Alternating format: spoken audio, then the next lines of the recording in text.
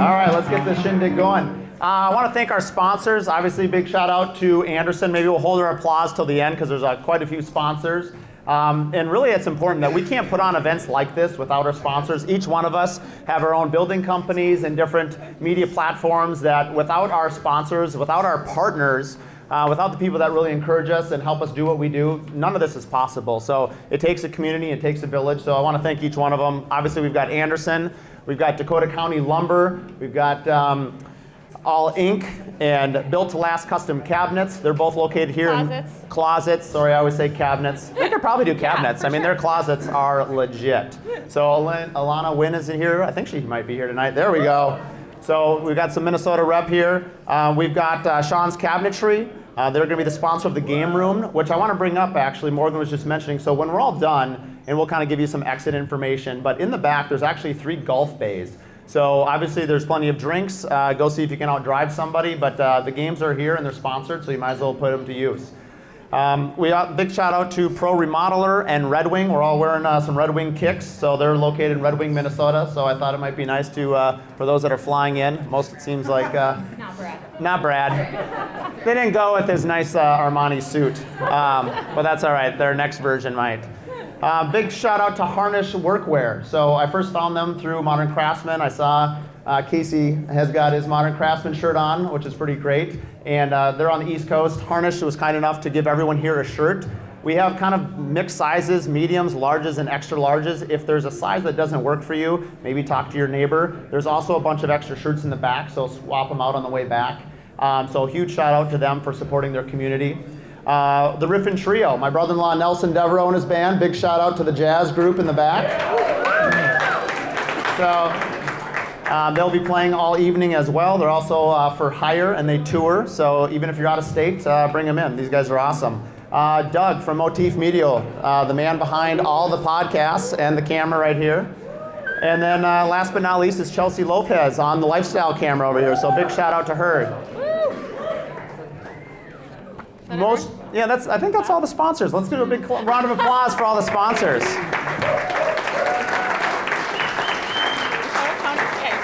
Yep. You're likely not here if you don't already know someone up here, but for those that maybe got drugged here and didn't know what they're getting into, or you just wandered in the back, I'll do a brief intro of each person. So Brad Leavitt is one of the founders of the Contractor Coalition. He builds incredible homes out of Scottsdale, Arizona. Movie stars, professional athletes, this is the guy that they call. So if you ever wondered who built those homes, it's this guy. He also has a podcast, the Brad Leavitt Podcast, and I get a lot of people that ask me, like, is Brad really as great and kind and authentic as he comes across? Yeah, he is. So unless he's a mass murderer that nobody knows about, this guy is the real deal. So give him a follow, give him a like, listen to his podcast. He's OG when it comes to that. Morgan Molitor is here from Minneapolis, well, Elk River technically, yeah. But she's also one of the founders of the Contractor Coalition. And for my own personal self, that's how I met everyone here. Is I came to what you're doing. I came to a Contractor Coalition. I called Morgan because she was from Minnesota. I didn't know who Brad and Nick were because I lived in a rock under a cave. I don't think it's the other way around. Who we were. I didn't know who anybody was. In fact, my wife is the one that said, hey, you should do what Morgan is doing. So I called Morgan. I said, hey, is this a good investment? And she goes, you'll make your money back in the first hour. And she was right. What she didn't know is that I would call her 3 times a week for the rest of her life and that we would be best friends forever. She's the person you want on your team. She's your ultimate super fan. If you are in her space, she will support you. She's an amazing person and a valuable friend. I've got Nick Schiffer with NS Builders and the Modern Craftsman, one of the co-hosts. Nick, have you ever met someone who's so obsessed with perfection that sometimes they can't get it out of their own way? That's this guy. He's incredibly detailed, and the homes that he builds out of Boston, Massachusetts are unreal. Follow what he's doing with his new spec home. It's pretty incredible. And I think the industry is better with somebody like you in it, so kudos to what you're doing. My favorite line, which I had to dumb down because my parents are in attendance, is, your ideal client is someone that you want to build cool beep homes with cool beep people. And so I like that. You can say it. Cool shit with cool people. There you go. Sorry, Mark's parents. Yeah, don't worry, the Dove soap is coming to wash that mouth out later. And last but not least is my polar opposite, Tyler Grace. We only say that from a personality set, but he has TRG Home Concepts, remodeler out of New Jersey, as well as a co-host with Nick on The Modern Craftsman. I think one of the things I appreciate most about Tyler is he is probably the best question asker that I know. And I say that because I'm sort of in awe, having been pretty new to this whole podcast thing. As you kind of, as I stumble through my way of what I'm trying to think, I have to say things out loud before I know what I'm saying. Tyler's able to absorb all this information, and what comes out is just like, you want to write it down. And so he's an amazing person in terms of he really cares about you. And anyway, as someone also in the industry, I appreciate the insight that you have for your fellow craftsmen. He's also one of the few people that still puts on a tool belt. Actually, the only person that can put on a tool belt. Nick used to. And so I appreciate your insight on the tradesmen still working, and I feel like you can connect with them in a way that I know I can't, and so I appreciate that. So that's our panel. I'm Mark Williams. I'm a builder here in Minnesota, and I have the Curious Builder Podcast. Thanks for coming. Okay. Oh no, we're not done. I thought we were done. That's around. All right, so all the questions have been submitted by you. I think I'll start first with Morgan. This is a question that comes up all the time, and I know I struggle with it. I don't know how you can be an entrepreneur and not struggle with this question, and then we'll kind of go around the horn. But basically, how do you work on the business and not in the business? And I didn't read any of these before, because that's how I like to fly. I would say like the first thing is obviously like hiring a team that you can trust and that they, right, like you can delegate to them.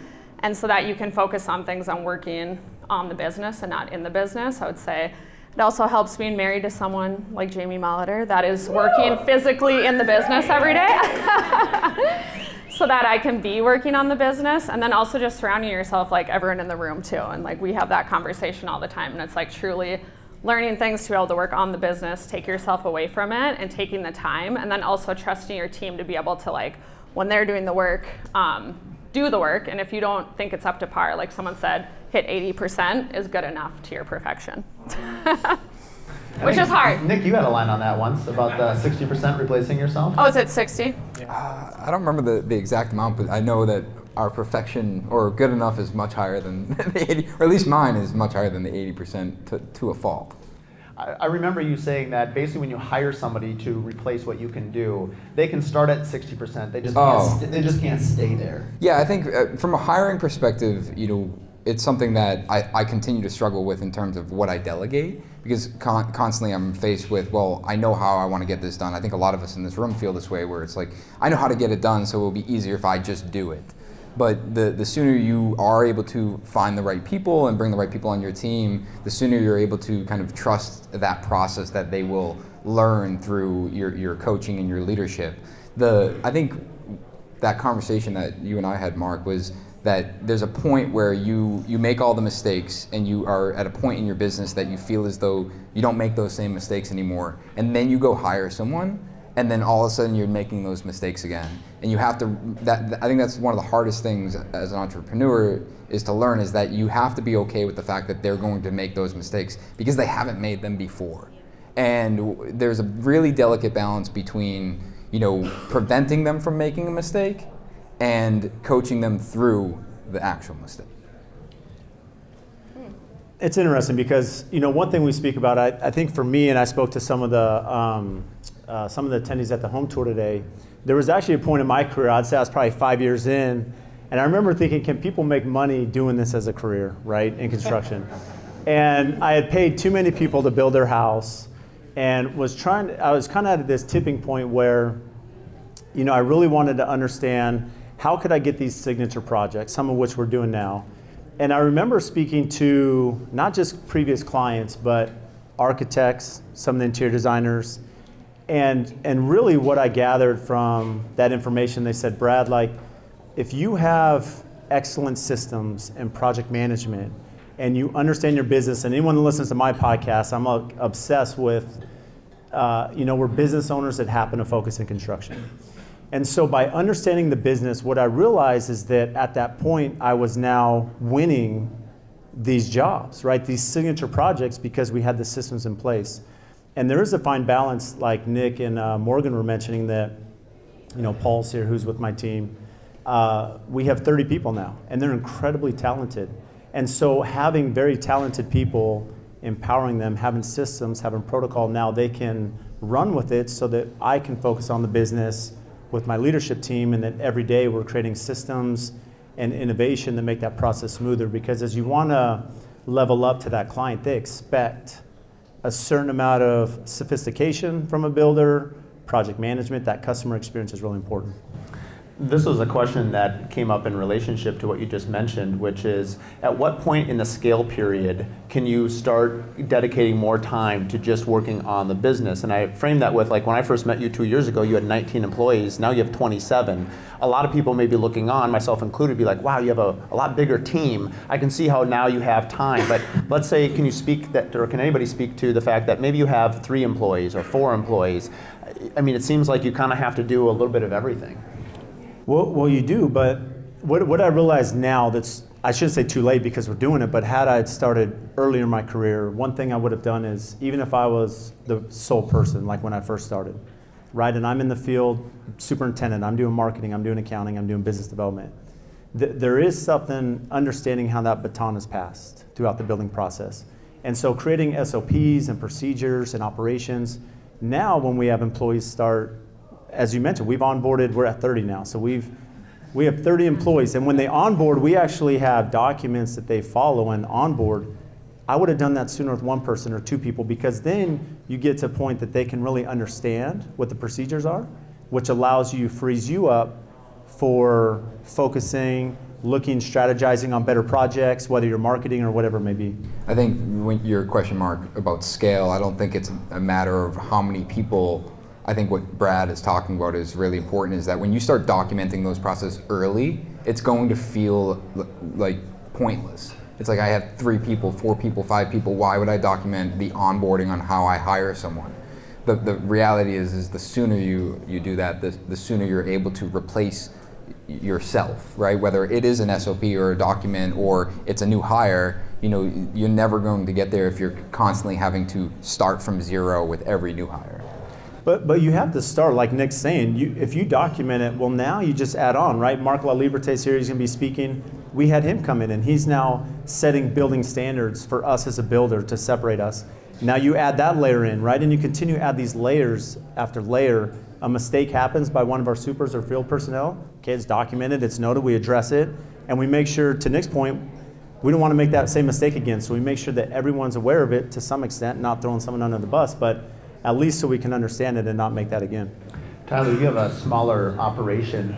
How do you navigate working on the business? Because you're still putting on the tool belt and you're working it. How do you, from billing to planning to marketing, and maybe speak to us a little bit from a smaller scale? So first off, there's no way we're getting through any of these. We're on the first question. You have like 25 questions in here. To not elaborate too much on this for time's sake, I think that you have to make enough money to be able to step back or to put somebody in that position. I think that as an owner-operator or as a 5-man team or 30-man team, woman included, if you're not making enough money to be able to analyze and gauge your business, you're just in it. You can't get out of it. You're going through the motions and you're trying to keep something afloat, rather than actually realizing what your efficiencies are and where you can make profit within your business. So I think the first thing is to actually understand your numbers, make sure that you afford yourself enough time to step back from the business and analyze it. And I think that that's gonna help you progress in business. Maybe moving on to another question. I was trying to cover 2 at once.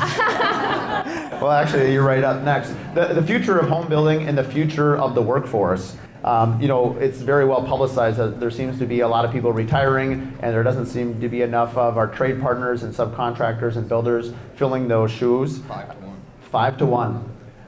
How do you see sort of the future as you talk to people in the field? What is your outlook? I think things have changed some, but I also think there's a lot of people who are getting out of the industry, and I look at it as a bit of natural selection, right? Where the people who are here are demanding more money, It's harder to find good people, so to retain people, it's taking more effort, it's taking more money. So I think that realistically, like I used to believe that this and the community that we've built and established and been a part of was somewhat of a microcosm of our industry. But I think as we move forward, this is going to be the standard, right? It's going to be harder to run a good, profitable business that does great work. And I think that it's going to be more people like ourselves who are investing in themselves. So I kind of see this more so as the future of where the industry is headed, because it's just going to take a lot more to do the work that you need to do with good people. I'll add to that. I think that it goes along with what we're talking about with systems, and not to beat that into the conversation, but that will become more and more important, because when there's an abundance of people in the trade, you can kind of spread the wealth and more people can kind of do less. And if we have less people, people are required to do more. So the more we can offload, I can talk for hours about AI and technology and stuff like that. You probably heard me talk about this on the podcast, but those are going to be the opportunities that we will need to implement to kind of offload some of the redundancy in what we do. I think one of the biggest things in our industry is everyone in this room that owns a business built their business from zero. They decided how they were going to invoice, they decided how they were going to estimate, decided what their process was. And if we could kind of simplify that and have one standard process that we could help plug into multiple businesses, I think it would help a lot of us survive and really thrive. I think that's great feedback. A lot of the higher end homes that we're building, we might be in design for a year. You might build 2 to 3 years, but some of your projects are, longer than that. One of the questions that came up was, how do you continue to engage the clients? How do you keep them happy? How do you keep, like a cruise boat director, I often use as an analogy, I often do, is like you got to get not only cookies. Yeah, I mean the ship from point A to point B, but you got to keep everyone happy the whole way. Can you speak a little bit to what is your client process in terms of, keeping the client experience at a high level? So I'll give a sports analogy. I'm a big sports guy, and the reality is you have to constantly be playing offense instead of defense. And what I mean by that is what ends up happening with clients at any relationship is when they get to the point that they feel they have to micromanage you because they don't feel you're running their job right, then you've essentially lost the respect in the project. And so as builders, and what that means is we may have a schedule, we may have a commitment, we may have a timeline, but if the client calls and says, hey Brad, where am I at, right? Why didn't so-and-so show up today? Which does happen. That's a fault on us. We should make sure that as superintendents are in the field, that we're addressing it. Hey, we had planned to pour footings today, but concrete truck is backed up, guy got a flat tire, it's okay, we have it adjusted, we're gonna be there tomorrow. And so if we're constantly playing offense and ahead of it, and really what that comes down to, which I know we'll speak a lot about this weekend, is setting expectations. How we set clear expectations. I speak about that emotional roller coaster that clients go through.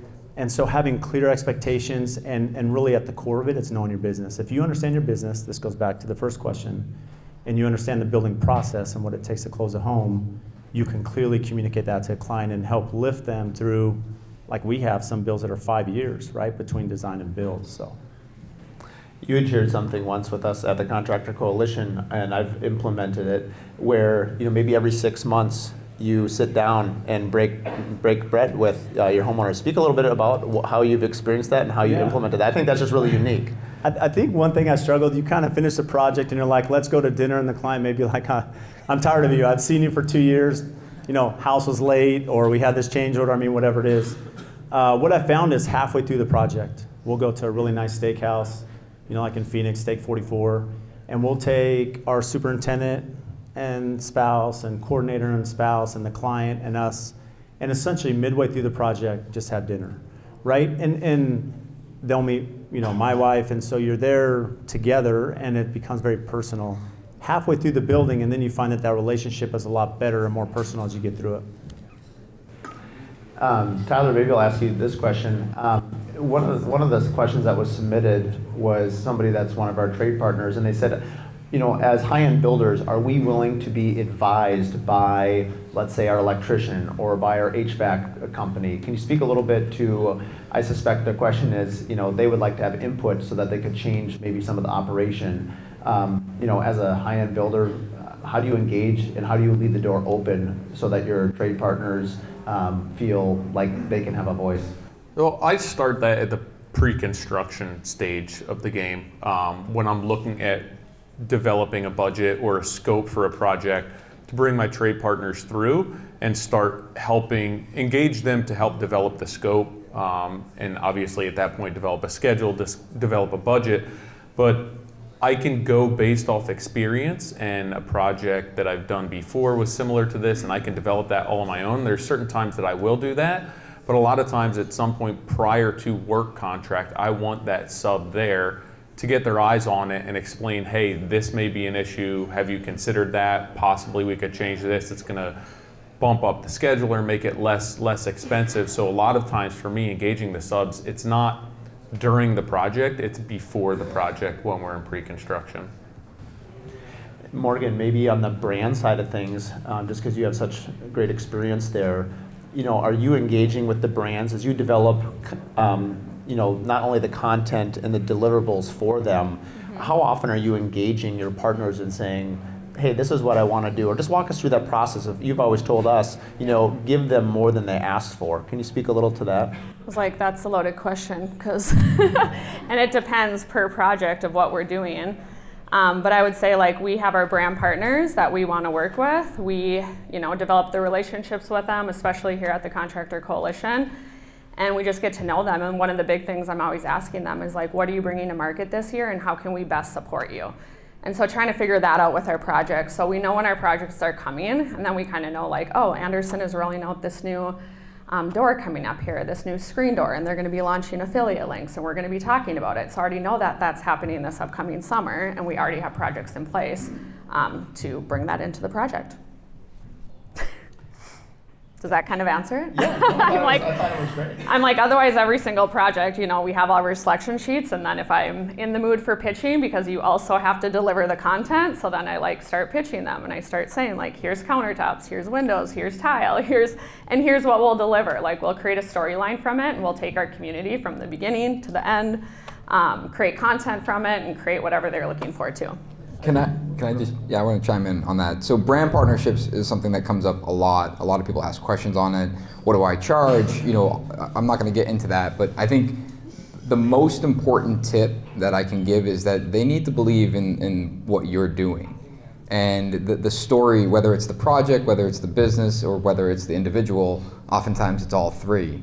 And I think a lot of times that kind of gets pushed to the side, and it's just a matter of how can I promote this product, get paid for it, and do a posting and move on. And that's not always the case. You should be looking at it from how do I communicate what I want to do in my career, in my life, in this project, and how do I get them to buy in to be part of that.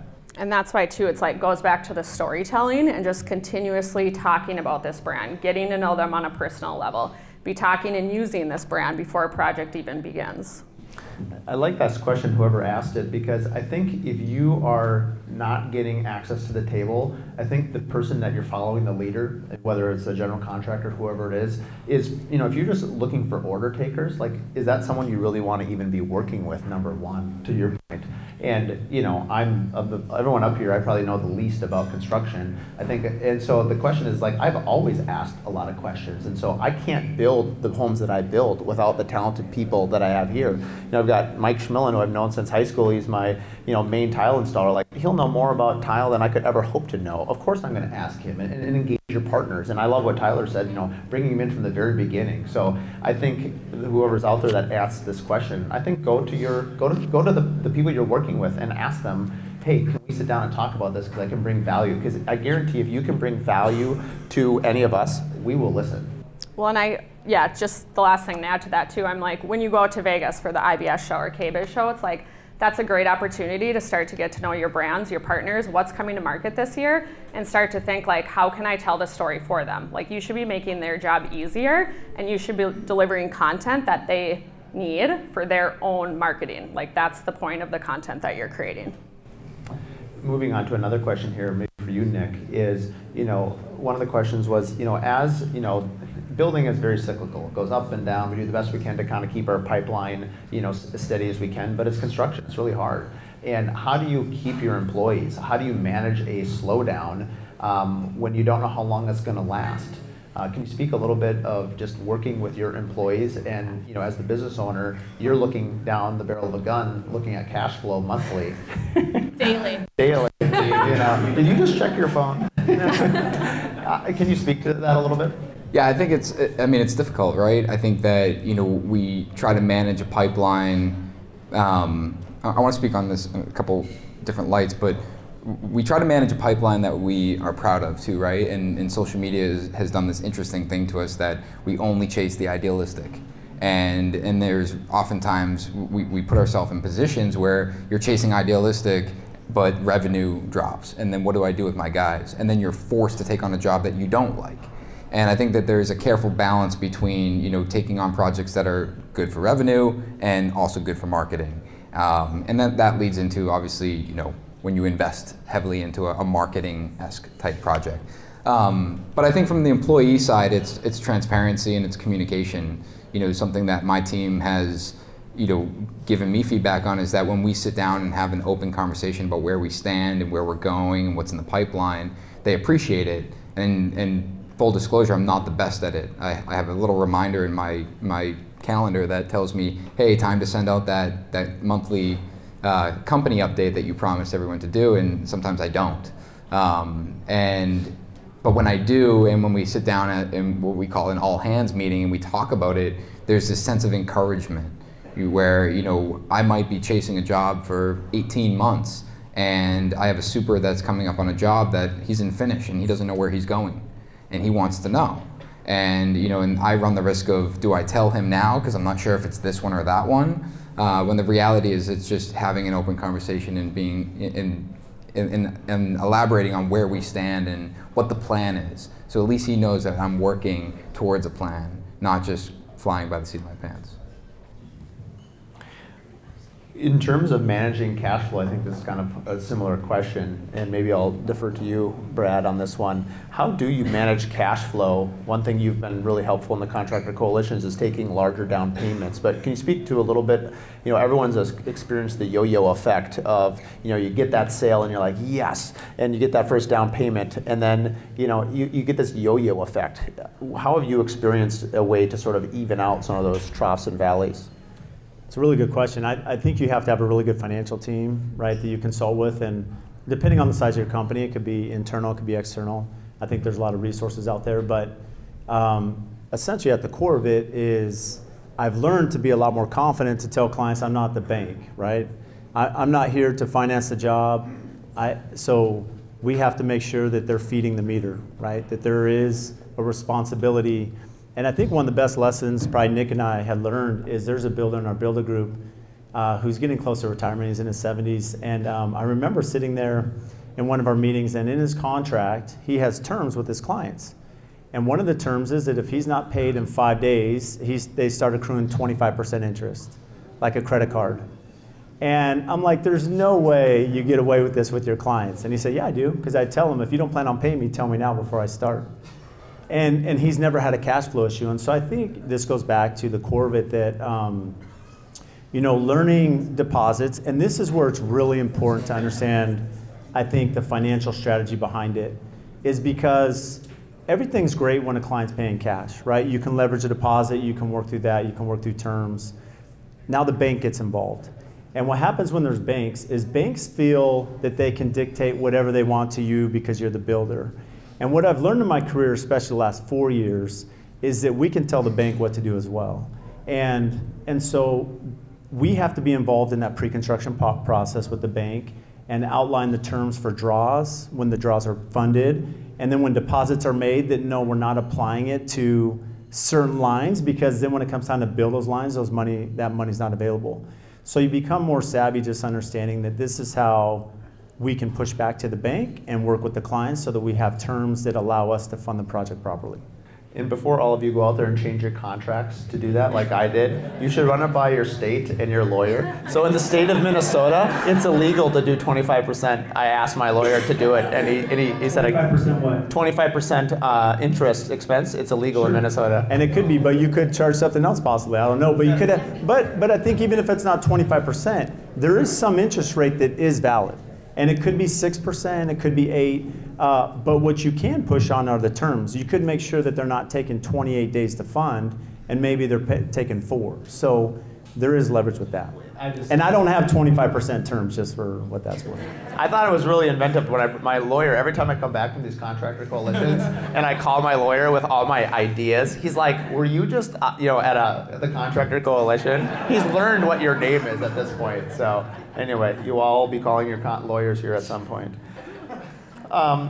Maybe for you, Morgan, how did you establish yourself as a brand in a target market that's not only ideal for your clientele, but at this point, you're this incredible brand, and so many companies. Everyone is. That's right? true. Well, speak to that, because everyone is an important brand. It's a little bit like everyone has something important and value in themselves. But speak to how you've grown your brand and how you navigate. How do you manage that now? Yeah. Well, I would say since the beginning, our motto kind of is since 2012, we've been keeping it real.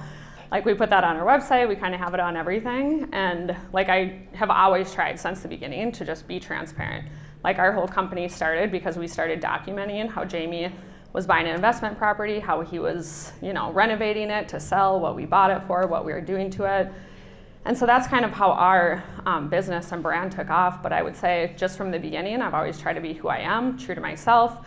I think for a while too, I was like, oh, I should be what other people want me to be. And I started to try to, think of other things of how to show up online, or you start to get into this algorithm game and try to be like, oh, I need to do this, or I need to only, I need to niche down and only show this content. And then I was like, screw all this. I'm just gonna be myself. Sometimes I swear, I'm gonna swear. Sometimes I, do this or that. And I'm like, all of a sudden we started attracting the clients that we actually want to work with, and the clients are that are real and that are vulnerable and that have been through hard stuff. And so the more I share about that, the more it's those are the people that are showing up. So that's one thing too, when people ask what do you wish you would have done sooner, even though I just said we started being transparent. I just wish that we would have stuck from that the whole way through, just be who we are. Something you shared previously was your vibe attracts your tribe. Yes. I was speaking to Marcus earlier today in the car a little bit about this. He asked a little bit about if you could go back, kind of what this question is, and I just said be authentic. I think when you are just yourself, regardless of what it is, that appeals to people. Yeah. And I don't know if it's experience or time, but I feel like when brands approach you, I don't think they're asking you to change. No. They're coming to you because they already like what you are. Right. And if they do ask you to change, red flag, because a lot of times we will have brands that are like, can you put this in your post? I'm like, no, I do not talk like that. This is not gonna work. Nick, maybe I'll turn this one to you. So you have kind of two different brands. You have obviously NS Builders, but you also kind of have your own personal brand. Can you speak a little bit to kind of the marketing behind that? Or what your thought process is in that? Sure, and Doug's gonna laugh because I change it daily. I have a great Slack channel. It's hey, idea of the day. Very similar to you, Mark. The personal brand was really to allow me to work with Tyler on the Modern Craftsman as a brand, and Materia and Motif, and just really as an industry leader, and take the position where it's I want to help the industry. Selfishly, I want to build the coolest shit with the coolest people. I want to build cool homes. That's what I want to be known for. But right behind that, I also want to give back to the industry, where it's as I learn and as I'm using product or working with vendors or working through details. That's why I document and I share it, because I'm doing it obviously for promotion, but also in a way that hopefully you guys are learning from. So that separation between who I am and who the business is was largely due to that, and allow the business to be the product, and essentially be the homes that we build. And I'll say one thing. I mean, what Nick's saying, personal branding is permanent job security, right? And so I think for Nick, and Nick and I are really good friends. We've known each other for a long time. As you go through the lulls of construction, and you've had consistent flow and opportunities that have built your brand, because that personal branding plays into NS Builders and everything else you're doing. Oh, I was just going to add, Because I was talking to someone about this on the bus too, who's like, I don't want to show up on camera and I don't want to be this person. And I worked through this with Jamie too, because I think that was part of my time where, you know, I was like, dude, you got to show up on camera. Like, you have to do this, but that is not my husband. But I was like trying to push him to do all this stuff. And then finally when I was like, no, that is not him. Like, why am I trying to push him to be something that he's not? But now it's like we get better engagement. We do all these things, but he's showing up in a way that's true to him and true to himself. So when you're thinking about that for you and your brand, if you don't want to be on camera, that's okay. But figure out like what you can film, what you can document. You don't need to be talking to it, but try to show up as who you want to be for your brand, or find that person who you want to be possibly to be like your brand spokesperson that can come on, and hire them, someone on your team. And then they can talk to like who else is on your team, what else is going on. So I don't think it always has to be you either. Let's have Jamie come up and give a few words. I think he just ran out the back door. I actually haven't seen him since I walked in. He's hiding somewhere. Tyler, one of the questions I have that I think is in somewhat similar fashion to this question is basically about being in a niche.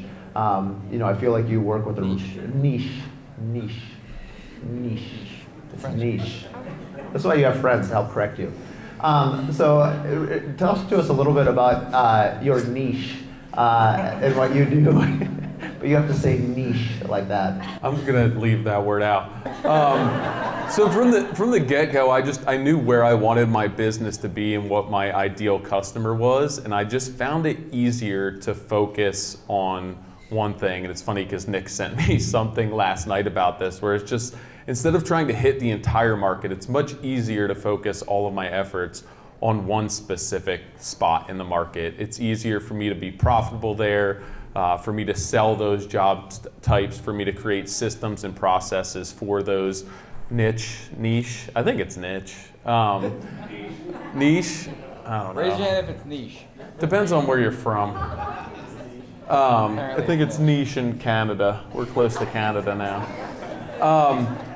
So I've just, even like my branding and the work that I've wanted to put out, I've always just tried to differentiate or find that small customer base that was willing to support the work that I wanted to do. And it seemed to make my life a lot easier. It made the numbers easier to dissect and analyze. So from day one, it was just always about what can I do for this small market that other people cannot do, and creating a business where it's basically, if you want this, you have to come to me. And not everyone wants that, but that's okay. But the customers who do want what I do are more than likely to come play by my rules. How early on did you know that you wanted to really focus down like that?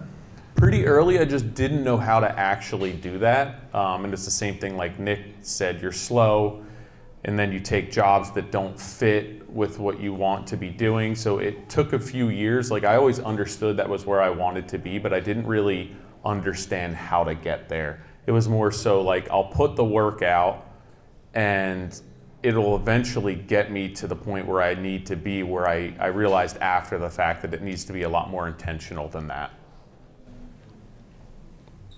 That's a pretty good answer.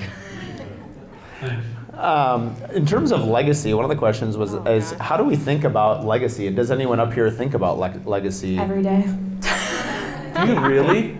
Do you really? I do. I'm I weird. do not. You don't? It's like Tyler, not you would even come on any of really? my concerns. You would come across to me as Really? one you would. Legacy? Yeah. Yeah. Like, I'm gonna leave a legacy behind? Well, like, you're a deep thinker, so I would think that you would think about legacy. that. But I appreciate the sentiment. And you have kids. I don't know. Well, I would say Mercedes is standing right there, and she once told me, like, create a home that you love and your life will launch off it. And I'm like, I truly believe that that's what we're doing in clients' homes. And so it's like, that's the legacy that I want to create for Constructionist Style within clients' homes, and like what they're creating for all their families and friends. And I don't want to just be like hired for help and, you know, we're the hired help in a job and like, see you later. But yeah. I mean, what about your charity? I mean, I think, you know, your nonprofit. I mean, to me, that's a huge legacy piece. Yeah, that's true. So we have a nonprofit called Resumes to Reform that gives a voice to those who deserve a second chance. So I think we all make mistakes here, and yeah. And so that's something that we're doing too, to keep a legacy going. Now I sound like an ass. You kind of set yourself up, Tyler. 100%. We're selling eggs in the back at $10 a dozen if you want an egg. Tyler, at the end of this, it'll be a bonus. That's a dumb idea. Whether he admits it or not, he's leaving a legacy, so you just kind of do.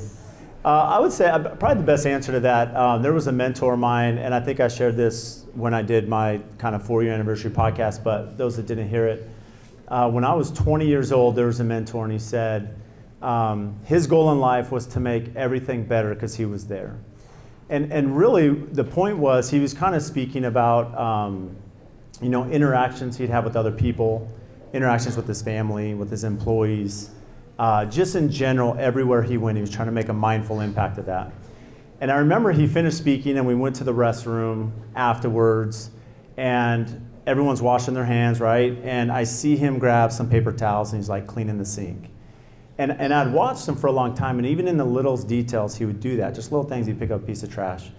And I think that had impact on me where maybe I'm not thinking about legacy every day, but ideally for me, I would hope that everyone that's interacted with me has had some sort of positive experience, or hopefully I've shared something of value to them because so many have shared value with me, right? And for my kids, I have 5 daughters, right? I have 6 kids. I'm hoping that I'm leaving a good legacy for them. The reason we're doing the summit podcast, I think that's just a goal, is that if each of us can do just a little bit more, I mean, there's a lot of good things that could happen. So, Yeah.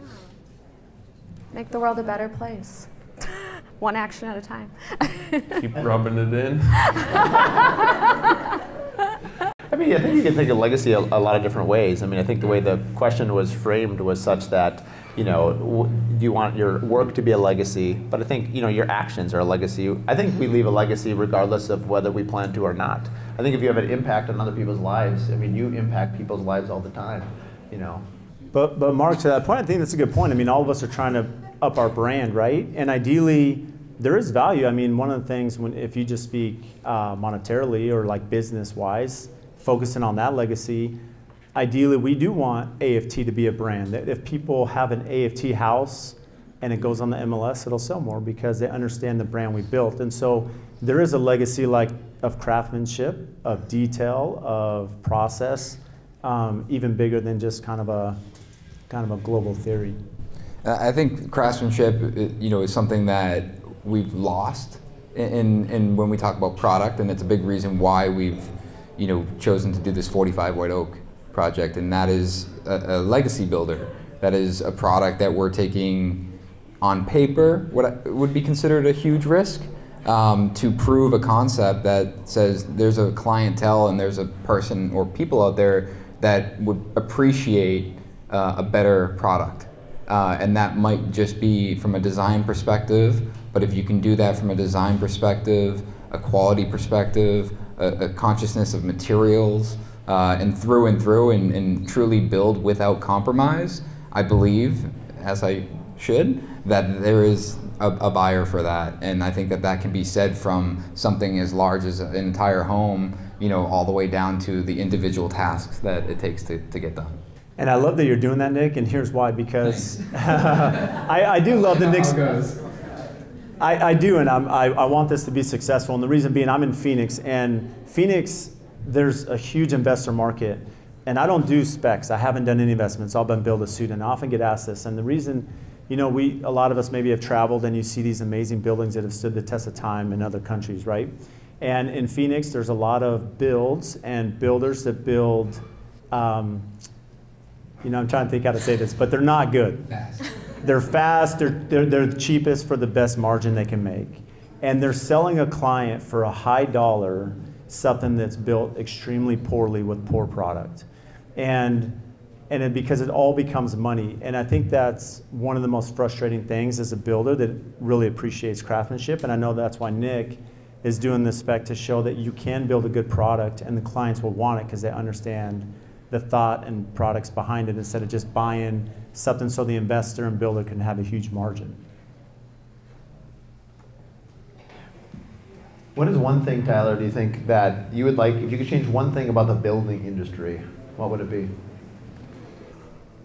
There's a lot of things that I would change, but the biggest, like when I started my business, it was right after college, and I just said that I wanted to work hard and I wanted to get compensated fairly. And I think that there's not necessarily everyone here. I think that we've gauged our businesses enough to help move them forward, but I think that there's a lot of people in the trades, a lot of owner-operators, smaller businesses, subcontractors who just, they're not highly valued in like the entire building ecosystem. And I would love for people who work in the trades or work with their hands, or whether they have a company of 1, 2, 3, 4, for them to be able to make money and be paid properly and not have to go out and take a job and worry if they're actually going to get paid adequately or if they're going to make money or not. So I think the biggest thing with our industry is just I don't feel that our clients and the public value what we do enough to pay a premium for people to work with their hands. Nick, just because I'm thinking about, tell us a little bit about your time in Switzerland and some of your observations along that line, because that's, when he's talking, I'm just thinking about your experience, and I've used what you've said many, many times to try to explain to my trade partners and clientele of why paying them a higher rate is why we need to do it. Can you speak a little to that? Yeah, and I mean, Switzerland specifically, the trades are, I'll use the word respected just from a simplicity's sake, but they're respected the same as any other career. And they're also treated the same. You go through the schooling the same way. It's intensive schooling. It's you know, an investment. It's not something that you're necessarily thrown into and just figure out. And you know, we're in a market that not many of us in this room, but that we can oftentimes compete with, a market of people that are thrown into it and figure it out and ultimately drive the low cost and the bad product that we are constantly compared against.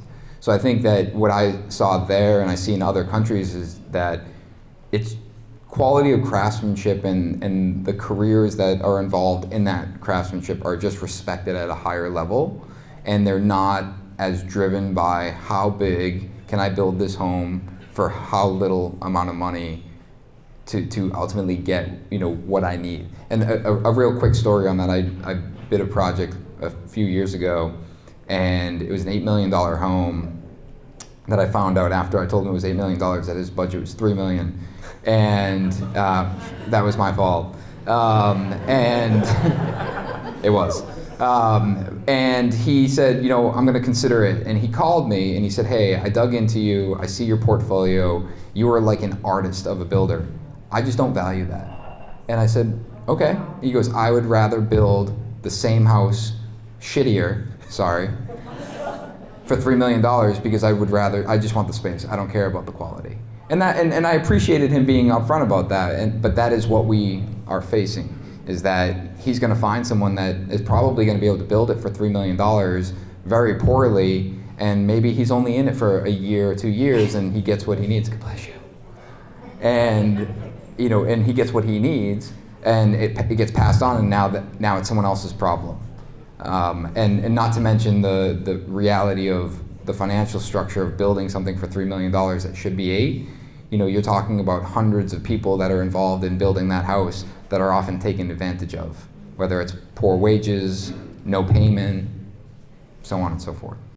It's funny because I've used it actually as a selling point in terms of, like, I appreciate when people are upfront and honest about their budget, and they'll say, I want to do that less. I'm like, well, I can't pay my painter to do a really crappy job and charge you less, or I can't have my cabinet guy just, you know, make all your cabinets hang at a 45-degree angle. Like, you know, they kind of laugh, they sort of get it. And I think you're really just explaining your value proposition, and if it lines up with them, great. And if it doesn't, that's okay too. Yeah. What would you say, this is kind of a little bit off script, but it's coming to me now. How would you describe what you always talk about identifying your ideal client? What are some red flags to each one of you when you're interviewing clients? Do I have one? Do you already know my answer? Yeah. Oh gosh, I don't know. Do I Yes, have you an do. answer? Do you? Yeah, I mean, red flags for interviewing clients. I think there's a lot. I think the obvious ones are when they come to the table, when they're trying. when they're trying to get something for less and not understanding, you know, the process in which you build, or they're questioning like things like supervision we get questioned on. It's like, well, why do I don't want you to have a full-time super on the job site. I said, well, you've seen our portfolio of work, and in order to accomplish that, I need someone here every single day pushing the trades along. So you have to trust our process. I mean, the other obvious ones are, you know, can I buy XYZ because I get a discount on it? That's, to me, that's oftentimes an orange flag. It really depends on the situation. But it's when they start, you know, really trying to kind of pick it apart like an a la carte menu. Because we're very, like, our estimate when we sit down with a client has literally 1,000 line items. Because we want full transparency, because ultimately it's easier to explain, hey, $8 million is made up of a bunch of little numbers. So we can look at those individually, and if we have to change 10% of this job, you know, we do that across 1,000 line items, it's a lot easier. But when they start removing things because they want to essentially manage the project and they just want our execution, red flag. I know my one now. So mine's always when we go to a job site, and if they have a significant other or partner, we're always paying attention, or me and Jamie are, like how they treat one another. So how they talk to their husband, how they talk to their wife, how they talk to their partner, or whomever it is in the room, maybe it's their kids, but the second they talk to them degrading, or they're not listening, or they talk over to each other. This just happened a couple of weeks ago, and Jamie and I walked out, got in the car, and looked at each other. We're like, we gotta go. I would second that. That is a huge one. And even if it's just slightly, I'm like, nope. Yeah. And to add on, like, another orange flag would be if one of them doesn't want to be involved in the process.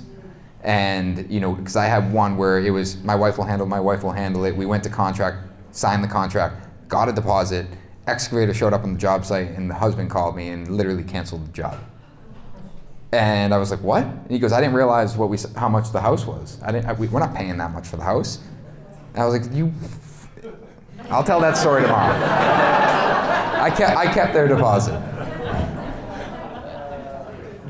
Tyler, one of my orange flags often is if on a remodel, if they just demand that they stay there, because I know that as I'm going into the remodel space, it is so challenging. And we actually remodeled our own home when my wife was expecting our third during COVID. I'm like, take it from me, you don't want to live in your house while we remodel. Do you allow your clientele to live in their home, and walk us through how you know when it's okay and when it's not okay? Yeah, so I would say that I specialize in more live-in remodels. The scope of work has to be conducive to that. Obviously, it can't be a full gut and we're like, oh, we'll not do this half the house. But for me, it's do what you have to do to make this a good experience for them, and then that sells more of that type of job for me. And if they're willing to pay to live in the house and the cost associated with that, is it a better investment than them getting out? In a perfect world, everyone moves out of a house. But where I live, and the population density and the amount of rentals and where people live in towns, like oftentimes we are renovating with them in the house, and it's making it a good experience for them. So I do try and do that as much as possible, and that's my market, and there's ways to do that, but that's just another way that I've always differentiated myself with site protection, cleanliness processes, people who are on my jobs, to sell more work like that to other people. I mean, I've heard you talk about it, and anyone who hasn't listened to Tyler talk about the amount of time and effort, and really you have to, I remember you talking one time, explaining to your clients why you had to charge them for it. Sure. It's super, I think that goes back to clear communication and pre-construction, and now you've turned it into a selling point. Yeah, and it comes down, like, I did it for free for a long time to invest in my business to get to the point that I could charge for it. Unfortunately, that's just the way that it had to go.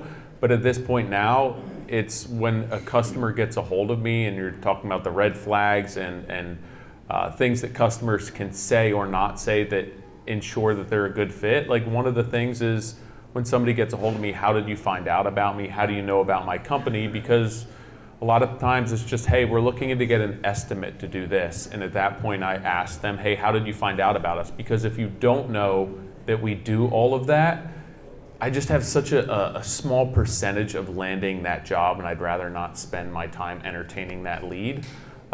So it all plays part of the bigger picture as far as vetting customers, finding out who customers are, and understanding what we're good at and what we specialize in. But yeah, that's part of something that I charge for now. It's broken out as a line item at the beginning of a job, maintaining it during the job, and then breaking it down after the job. If you could go back to the beginning, Brad, what would you change as an entrepreneur? What would you do differently?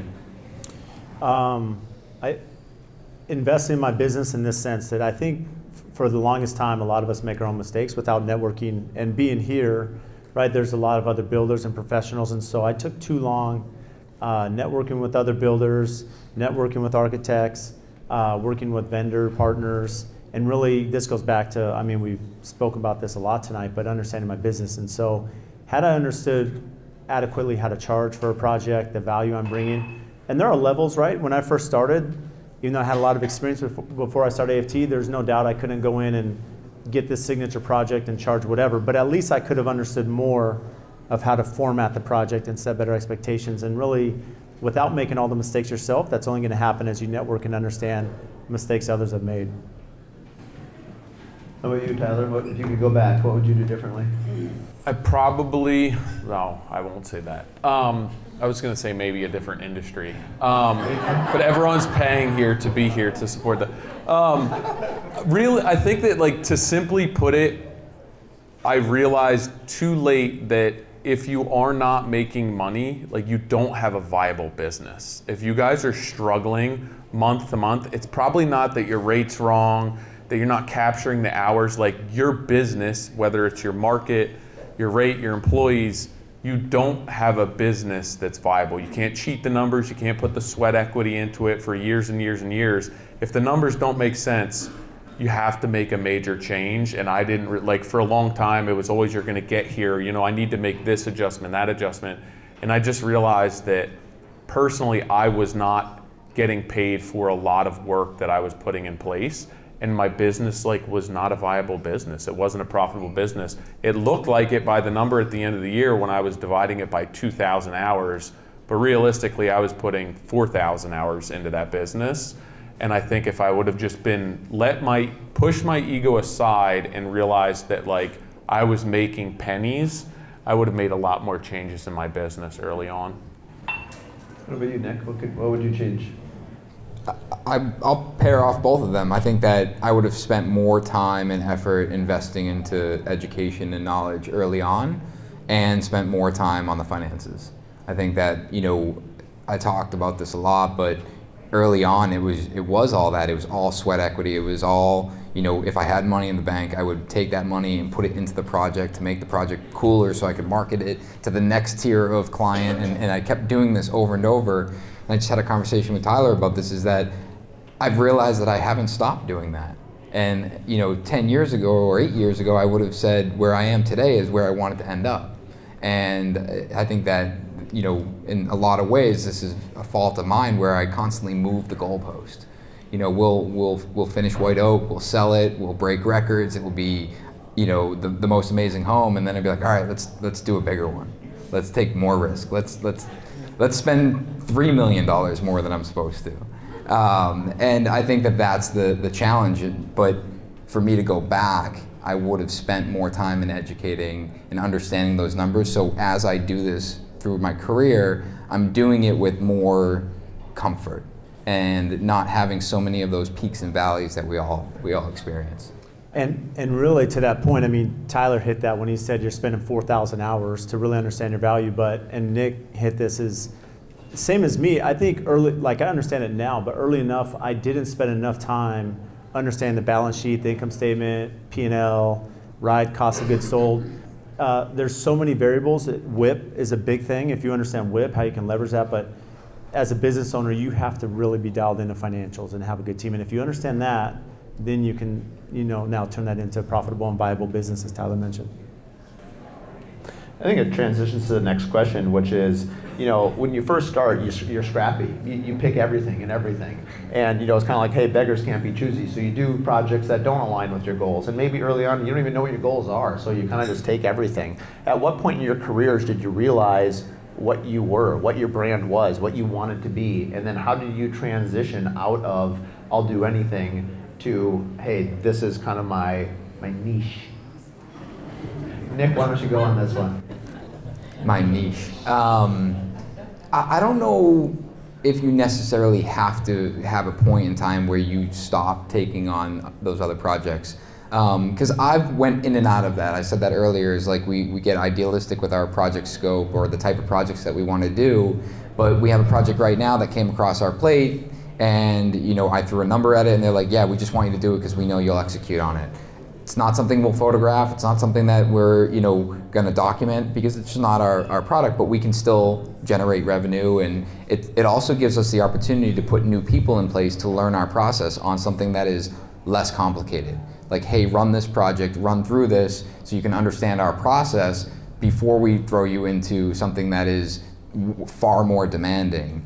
And I think that some of my mentors, especially recently, have talked about that and said that how that could be what generates the profit and allows me to do these pet projects on the side as these, kind of the hopes and dreams of 45 White Oak and developing a product, but have something that is, more of a market where there's a bigger demand there, and and also a demand to do it well. And it doesn't mean that we're staffing it the same. We're adjusting the way we supervise it because we don't need full-time supervision. So it's a change, and and recently has got me thinking that, is that another business or is it a different brand?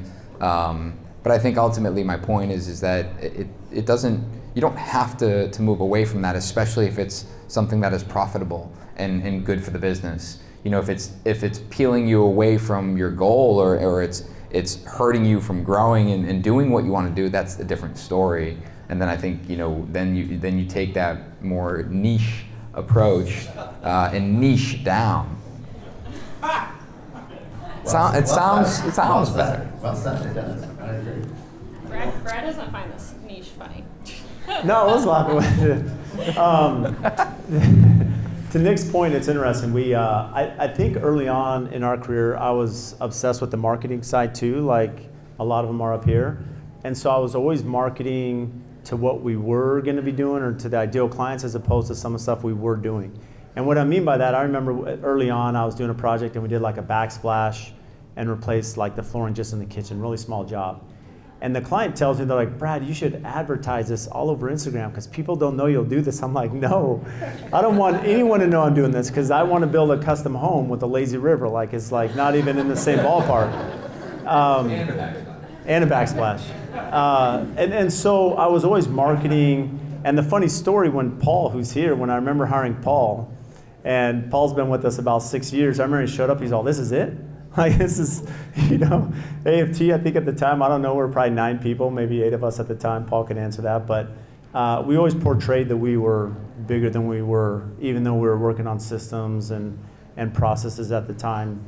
And to Nick's point, there are projects that in Phoenix, we had a project that the client wanted this super Tuscan house. And I'm like, well, there's about 20,000 of these for sale that you could go find.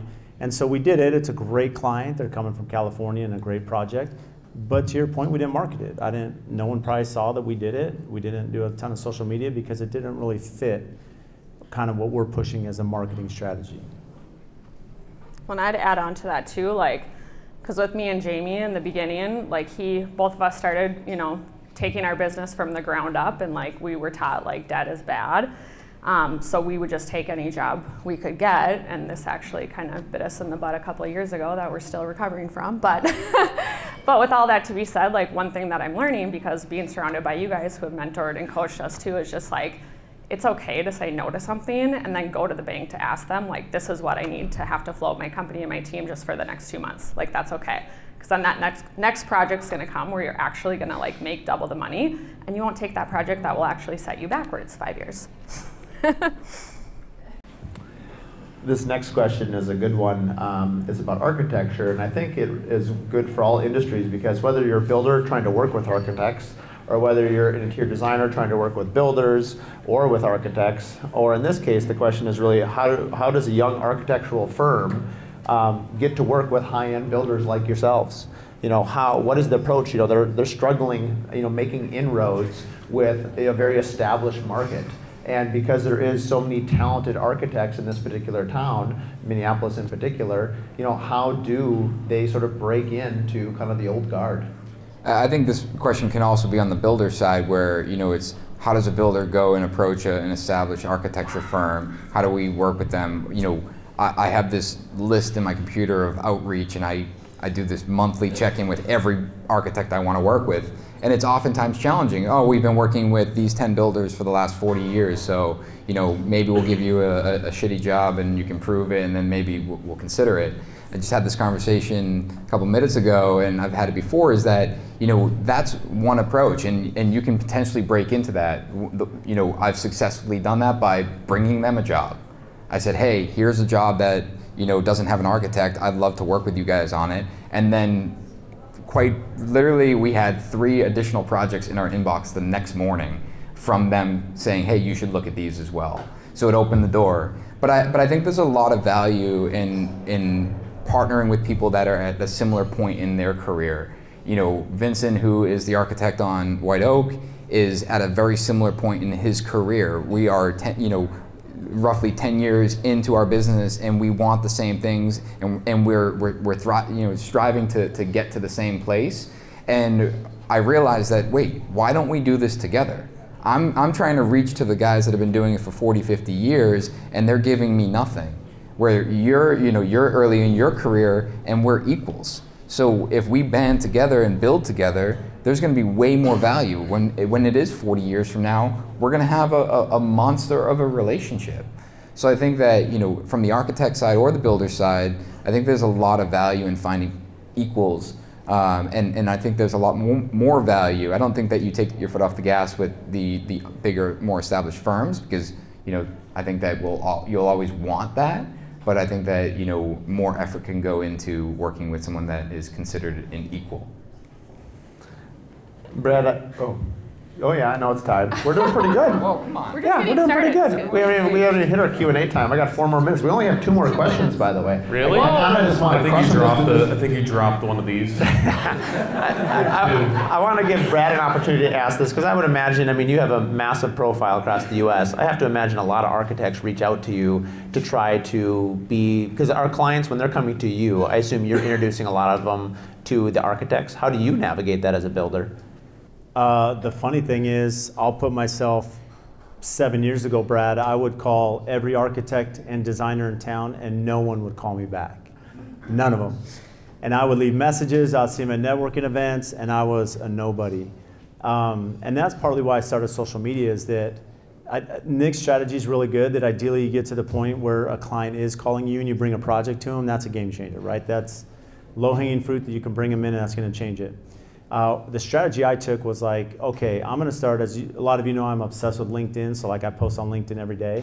So I went on, you know, like 8 years ago, and I connected with every executive, realtor, architect, designer, anybody in Phoenix, everybody. I didn't DM them, I just like spammed them and said, add a friend, right?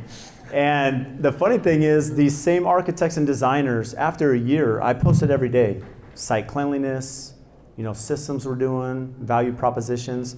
I was essentially trying to showcase how we operate at AFT to differentiate ourselves from anyone else. And 2 architects specifically called me within a week of each other. And I remember that one of them specifically said, Brad, if I see your face one more time on LinkedIn, like, I don't know why you're always at the top of my LinkedIn, but let's do lunch. And we went to lunch, and I helped him with his social media, specifically LinkedIn. And now we have 4 projects together. And so, actually more than that, I think we're at like our 7th project.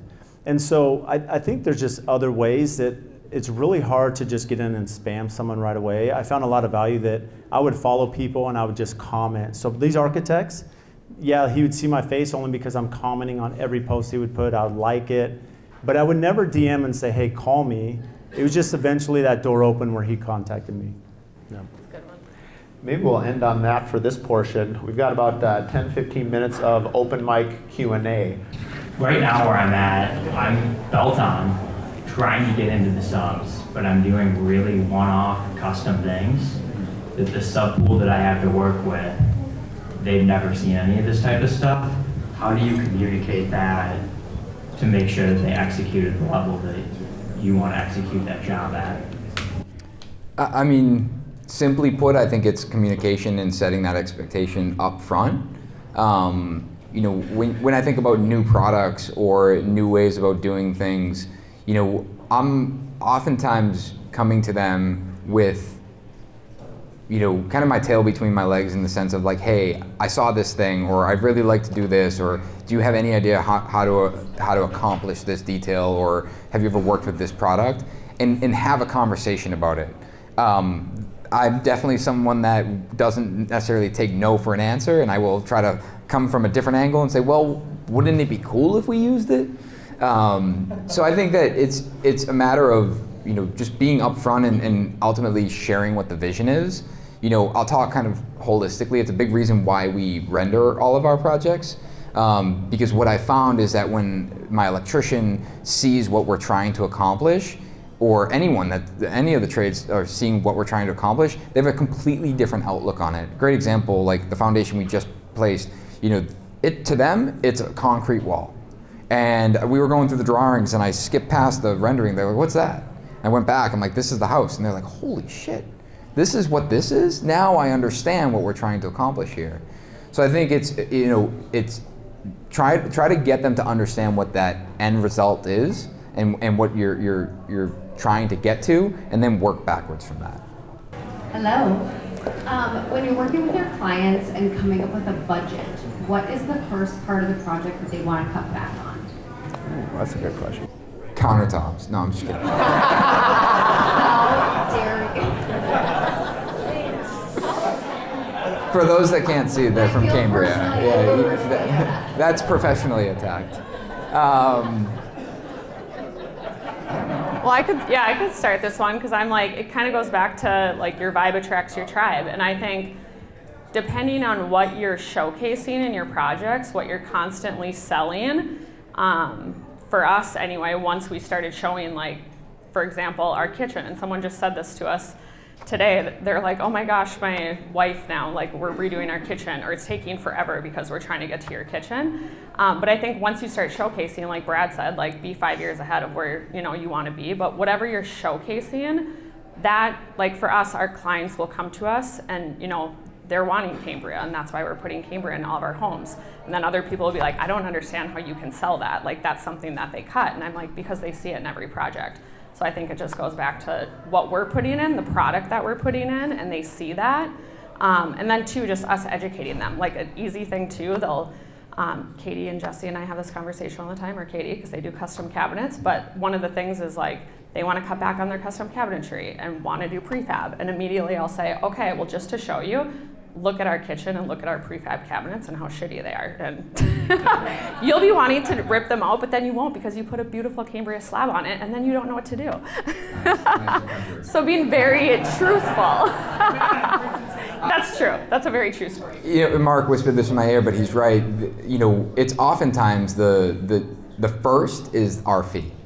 And it's, and that's usually the challenge. And right behind that, it's our general conditions, which is the way we supervise and manage the job. In terms of negotiation through the rest of the things, those are all tangible like items within the home. So in terms of them cutting back, it's in their mind, it's just looking at alternative selections. But is there a world that will manage the job differently, or will take a haircut on the profit? Those are usually the first that are challenged. If logistics weren't a consideration, what would be your ideal client and project location? I don't know about location, but I think the ideal client is someone that trusts you to fulfill your scope of work and build a project and not micromanage you. I think no matter what level you are as a builder, you're still gonna have clients that feel they have to manage you. So I love clients that just trust the process. They listen to us. The architecture and design team, we have a good team between the three of us. and they let us run and let the process happen without having to go by every day. I'd say with that too, someone just challenged me with this recently. I think it's a business women's circle I'm in, but they're like, think about your best client you've ever had and like write that down. Write down to like dial it in, who they are, what they do as an occupation, how they treat their family, their hobbies, everything.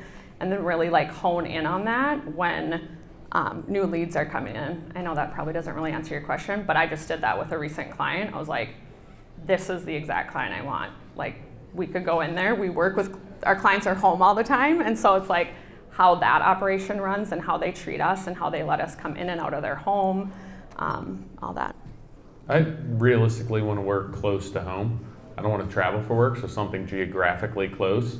And then it's the same thing, like my most valuable lead is when somebody comes to me and says, hey, I know who you are, we've seen what you do, how do we, like what's the first step in either hiring you for a consultation or getting on your books to schedule a project, rather than somebody where it's like, hey, looking to get an estimate for this. So my ideal customer is just somebody who actually knows who we are.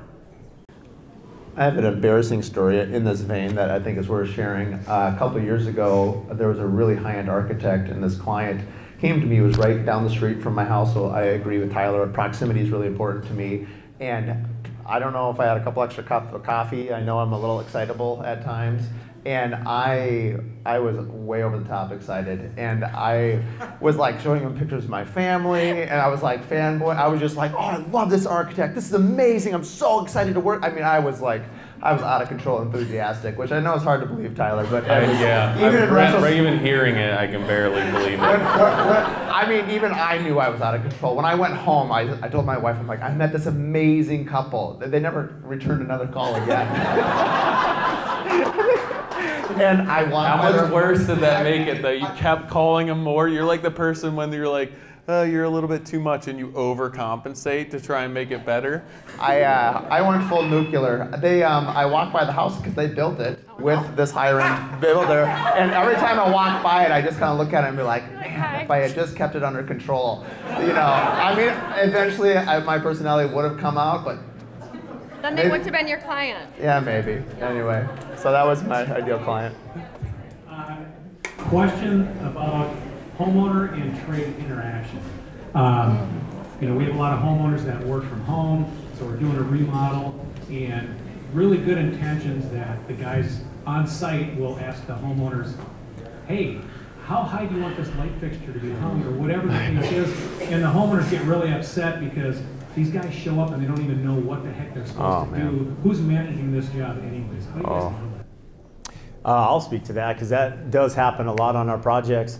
It'll never work setting expectation with clients no matter how much you do it. So it's with our trade base. Like they understand that for their paycheck, I pay them, right? So they need to make sure that they're running everything by us. And the example I'll give that I even tell my subs, we had Paul's client, again, Paul who's here with me, his client goes to the landscaper and adds like $40,000 worth of stuff. And the guy does it. I'm shocked because I've known this landscaper for a long time. And then the client's not going to pay him. And he comes to me, I'm like, what do you want me to do? You didn't call me. I had no idea. Now you're stuck on this bill because I get this invoice and I'm like, this was never approved, we're documented. And so with our trades, we're very clear that, hey, communication, you just say, let me get with the GC, get with Brad, get with the super. That's the only way it's going to happen. So, and it really is just to protect the subcontractor. So I believe I've heard it from all of you today on what we're dealing with as a business, as well, I should say as a whole in construction with labor, the lack of quality of work. So I want to ask you again, me being Gen Z, how are you guys tailoring yourselves? And obviously you're giving back to the industry. What are you doing to prepare your employees and those who are going to continue your business lineage for being prepared for these newer generations that may not really understand what they're headed towards? And, well, I should say being enticed to work in the industry. I think that, as we look at the younger generation, there is this weird mindset of like a different workplace nowadays. I think that there's a lot of attention on that. There's also a tremendous amount of additional opportunity to make money.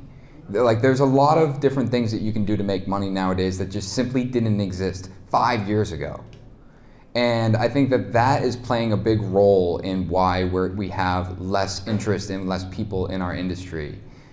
To counteract that, I think that when we are involving people in the younger generation into the trades, it is being upfront and being, direct with them. I think that, Mike Rowe said this on a podcast and talked about hard work. Oftentimes, we kind of shy away from saying that it's hard work because we want them to come in and like, hey, it's a team mentality. Like, the projects are amazing. You see them on social media, everything's great. When that's not the case. Like, this is physically demanding work, and it's hard work, and we need to be more upfront about that.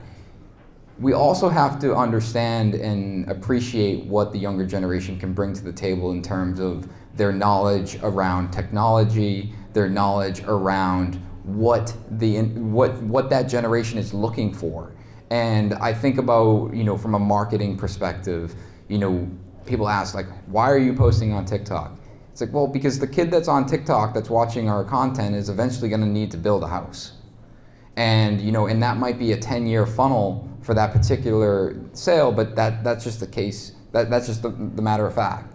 And it's the same thing with educating what we're doing as builders and attracting them as someone that wants to work for us, is that we're going to communicate how we're doing things, but we're going to take the information from this the younger generation and understand that we're seeing this reduction in home size. People don't want as big of homes. A lot of reasons why. It's more expensive, the rate, but the reality is people just don't value that as much, and and that generation will change. And I think that our generation, my parents' generation, we're starting to soften on that and not be so stuck in our ways. I think my parents' generation, is very much on the side of like, this is how we do it. This is the process. Based on my failures, this is how you're going to now do things. And for me, like, I think about my kids, and that's not how I want to approach it. I want to encourage them to be their own person and in a way take advantage of that, in our industry. All right. From a builder and remodel perspective, could you go back and maybe just describe to me the leap that you took when, maybe I'm the only one that's experienced this, but going from providing a free estimate to going from charging for a design concept and a construction bid, and what that was like for you?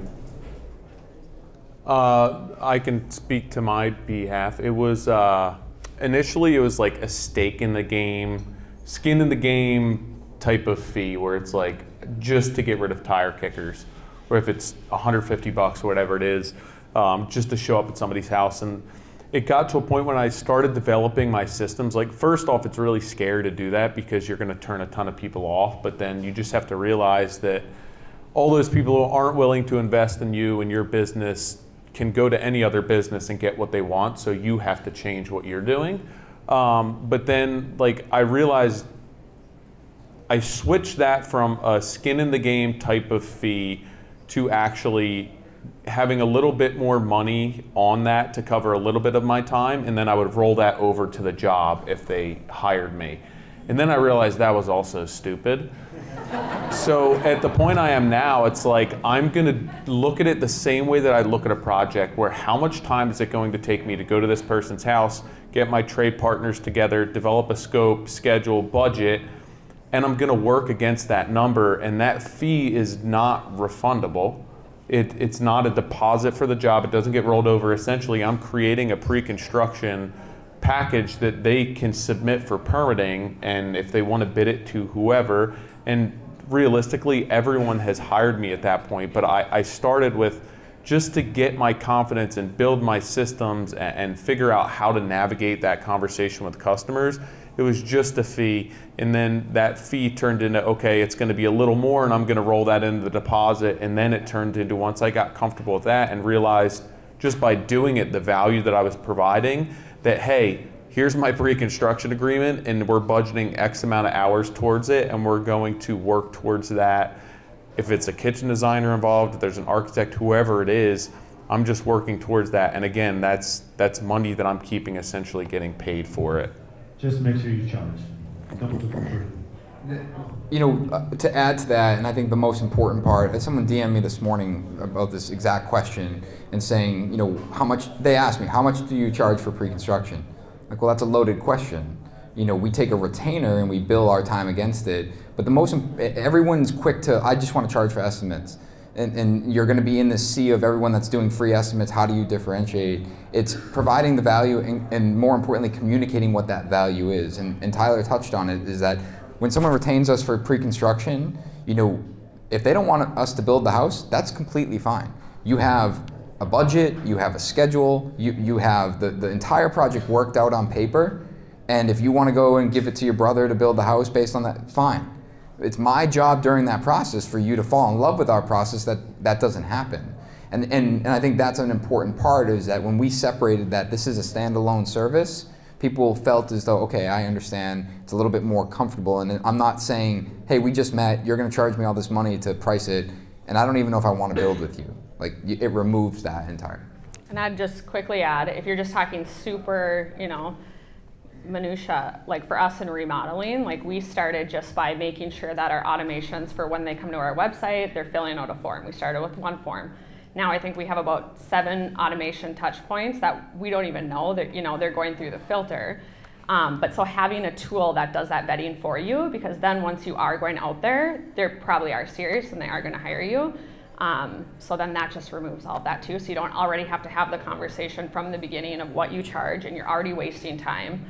So getting the right tool in place for that. Well, I think that probably sums up the evening. Hopefully you guys got a bunch of information you wanted, and hopefully you got a bunch of information you didn't wanted that you can now add to your repertoire. Thanks for listening to the Curious Builder podcast. If you like what you listen to, please give us a 5-star rating and write us a review. It really means a lot. It's a great way for us to just understand what you like about the podcast and what we can keep doing. So like and review, and please share with your friends and family. Find out more at curiousbuilderpodcast.com.